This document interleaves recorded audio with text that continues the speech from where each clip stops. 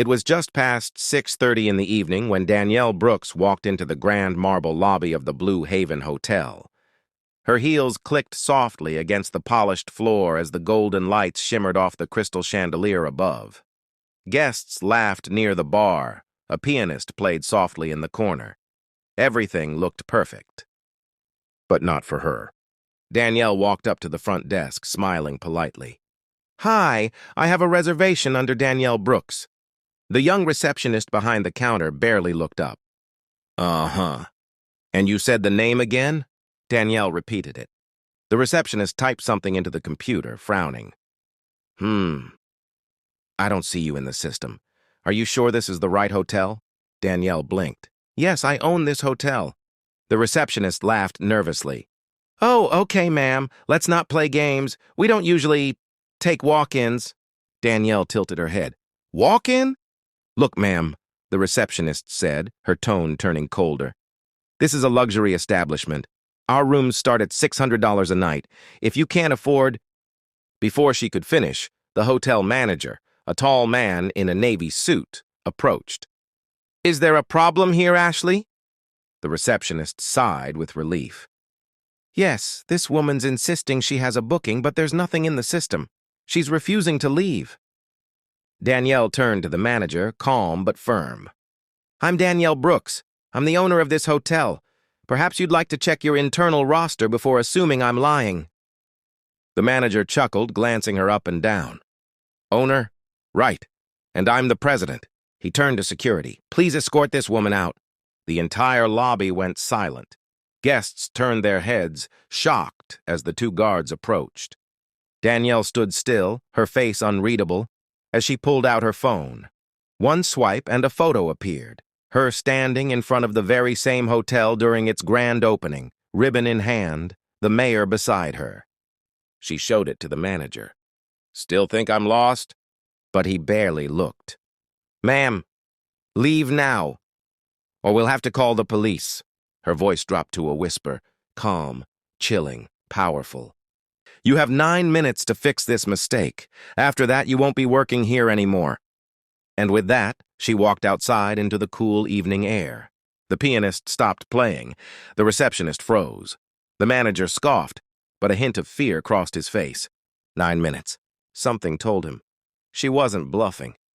"Before I tell you what happened next," the narrator says, voice steady and dramatic, "make sure to like this video, subscribe to the channel, and hit the bell icon, because what Danielle did next will leave you speechless." Outside, Danielle sat in her sleek black SUV, her assistant Terrence waiting in the driver's seat. He turned confused. "Everything okay, Ms. Brooks?" Danielle smiled slightly. "No, but it's about to be." She pulled out her phone and dialed a number. "Jessica, patch me through to the head of operations. Now." Within seconds, her assistant on the other end replied, "Yes, Ms. Brooks, you're live with him." "Good," Danielle said. "Tell every department head to report to the Blue Haven lobby immediately. We're doing a surprise staff review, effective now." Terrence's eyes widened. "Oh, they're not ready for that." Danielle leaned back. "Neither was I when they treated me like a trespasser in my own business." Back inside the hotel, the clock ticked. 6 minutes left.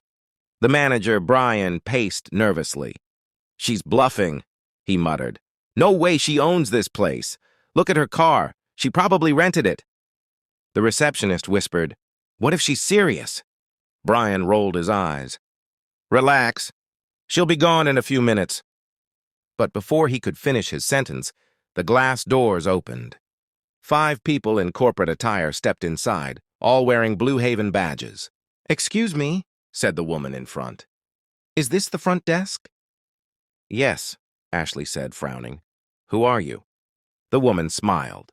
"Corporate Oversight Team. We're here on behalf of Ms. Danielle Brooks." The color drained from the manager's face. "Wait, she's really—" But the woman cut him off. "Where is Ms. Brooks right now?" Right on cue, Danielle stepped back into the lobby, calm, composed, powerful. Everyone turned.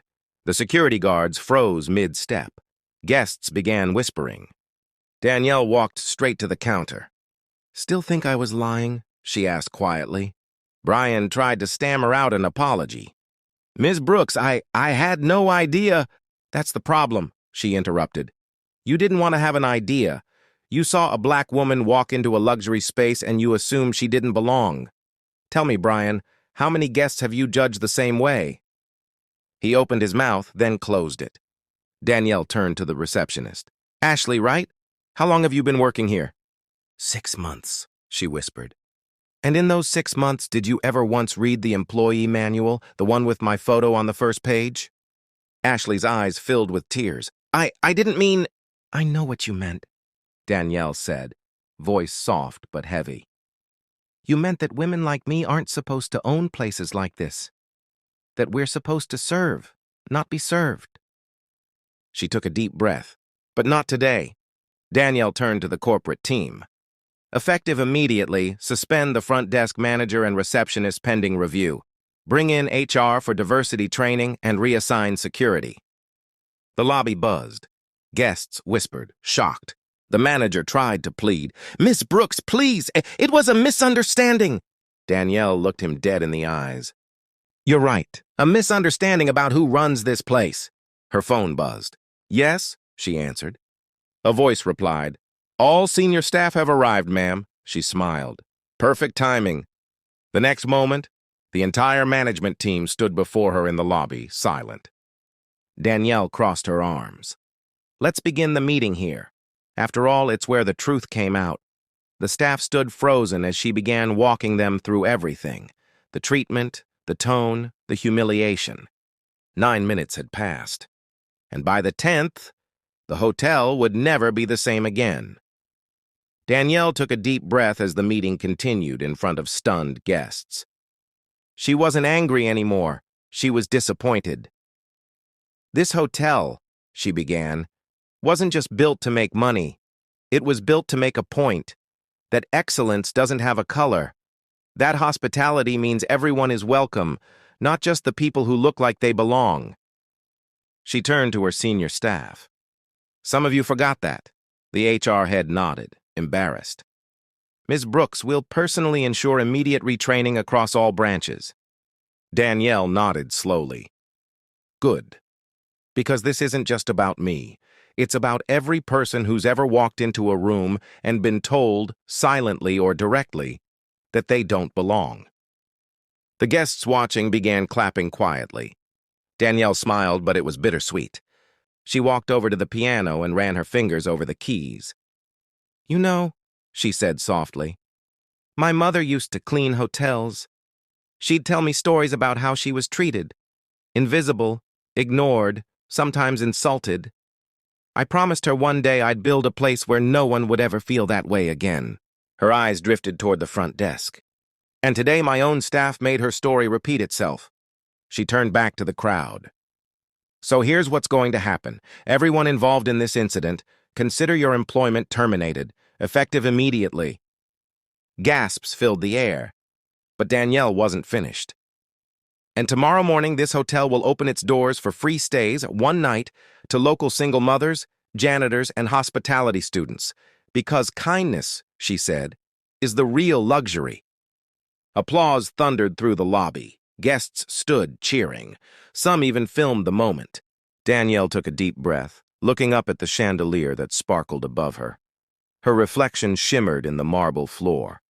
Not as a guest, not as a victim, but as a woman who reclaimed her space. Later that night, Terrence found her standing on the hotel balcony overlooking the city. You really fired the whole front desk team in 9 minutes, he said softly.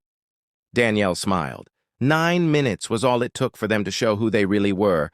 I just responded in kind. He nodded. And now? She looked at the city lights, calm and proud. Now, she said, we start over, the right way.